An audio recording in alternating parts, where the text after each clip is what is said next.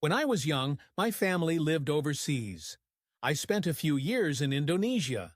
Now, my mom didn't have the money to send me to the fancy American schools, but she believed it was important for me to keep up with an American education. So, she decided to teach me extra lessons herself, Monday through Friday. The only problem? The only time she could do it was 4:30 in the morning, before she went to work.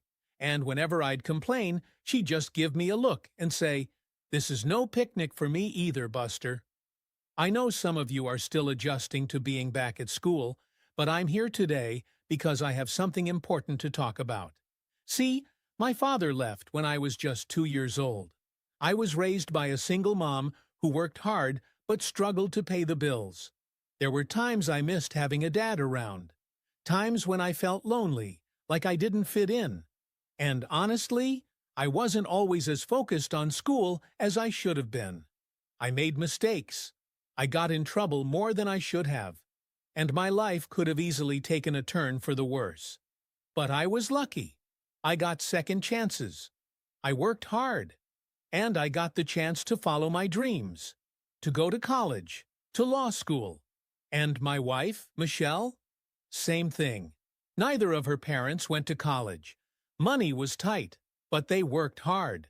She worked hard, and she earned her way into some of the best schools in the country. Now, maybe some of you don't have those same advantages. Maybe you don't always feel supported. Maybe someone in your family lost a job, or money's tight. Maybe you live in a neighborhood that doesn't always feel safe, or have friends pressuring you to do things you know aren't right. But here's what I want you to know. Maybe you're a great writer, but you won't know it until you write that English paper. Maybe you're an innovator, an inventor, but you won't know it until you take on that science project.